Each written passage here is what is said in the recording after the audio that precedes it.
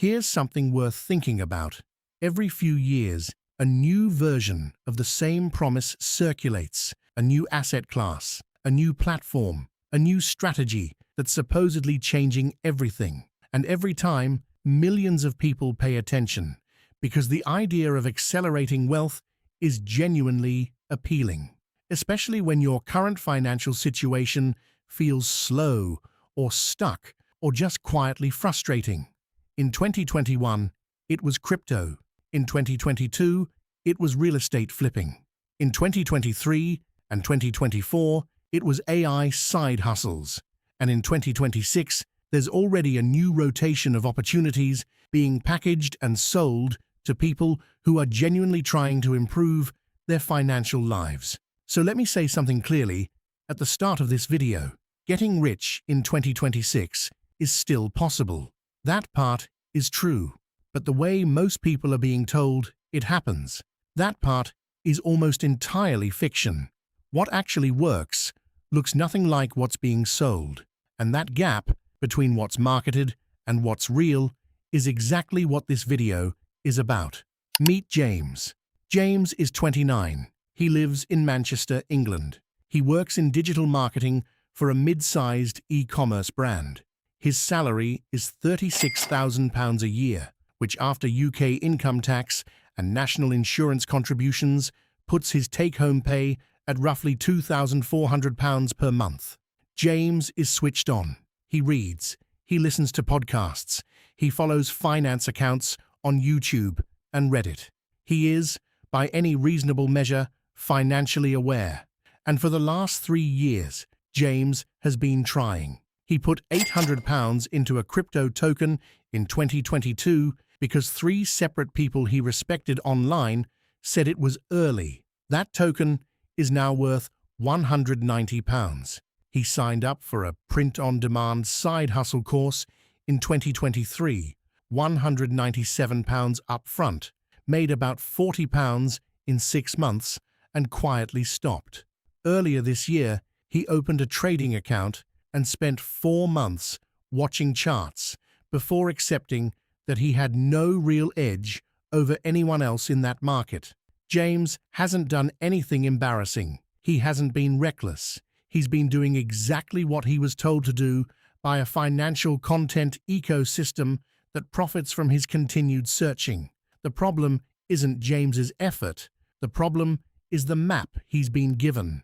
Because the map most people are handed in 2026, the one built on side hustles, viral investing strategies, and passive income in 90 days, doesn't actually lead where it claims to go. Before we talk about what works, it's worth pausing on what we actually mean when we say rich, because the word is doing a lot of different work for different people. For some, it means a yacht.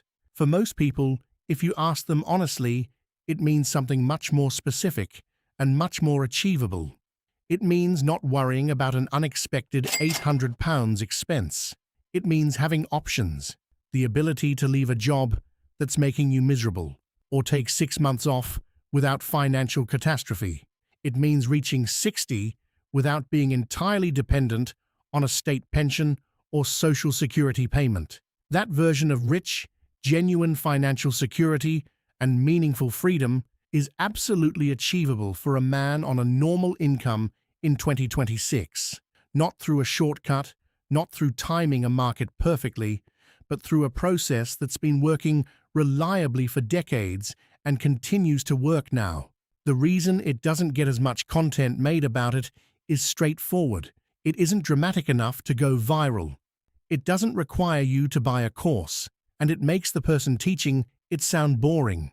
But boring, in personal finance, is frequently another word for effective. Let's go back to James. £2,400 per month take-home pay. His rent in Manchester is £950 a month. Shared apartment, reasonable area. His phone is £35. Internet and utilities split, with his flatmate come to £65. Groceries, £220. Transportation, he uses public transit most days, £85 a month. Subscriptions and personal spending, roughly £120. That's £1,475 in fixed and semi-fixed costs. He has £925 left. Student loan repayments take £110 automatically. He spends about £200 on socializing, eating out, and weekend activities. Clothing and personal care, £80. That brings him to £390 remaining at month end. £390 every month, if he's disciplined. Now here's where most financial content either gives up or jumps to something unrealistic, because £390 a month doesn't sound like the raw material of wealth. It sounds like a small buffer, a modest emergency fund contribution, certainly not a path to financial freedom. But let's actually look at what £390 a month becomes, not in a best-case scenario, but in a historically grounded one. The FTSE All-World Index, a globally diversified stock index, has returned an average of approximately 8 to 9% annually over the last 30 years. Not every year. Some years it drops, some years it surges. But over long periods, the average has held. £390 per month, invested consistently over 25 years, at an 8% average annual return, becomes approximately £365,000. James is 29. That takes him to 54. With £365,000 in an ISA or pension, tax-advantaged accounts available to UK residents, he has genuine options, real ones, not retirement brochure fantasy options, actual financial flexibility at an age where most men are still entirely dependent on their monthly salary, and that's assuming his income never increases, which over 25 years it almost certainly will. So if this path exists and the math is this clear, why isn't everyone doing it? There are a few honest answers to that question. The first is that £365,000 in 25 years doesn't feel real when you're 29 and trying to feel financially okay right now. The human brain is not naturally equipped to feel the weight of compound growth. It feels abstract, theoretical. The discomfort of having less money this month is immediate and physical. The benefit of investing that money is a number on a future spreadsheet. This is present bias, the same psychological tendency that makes a monthly car payment feel manageable and the total loan cost feel like a distant abstraction. Our brains are wired for the near term. Financial systems are engineered around that wiring. The second answer is more uncomfortable. The financial content most men consume is not designed to help them build wealth. It's designed to generate engagement, and engagement on any platform comes from novelty, excitement, and the promise of transformation. A video about investing £390 a month into an index fund for 25 years will never outperform a video titled "How I Made £40,000 in 3 Months Trading Options." One of those videos reflects how most successful wealth building actually happens. The other reflects an outcome that occurs rarely. Survivorship bias means you mostly hear about the wins, and the strategy rarely replicates for the viewer. James's 3 years of trying different things wasn't stupidity.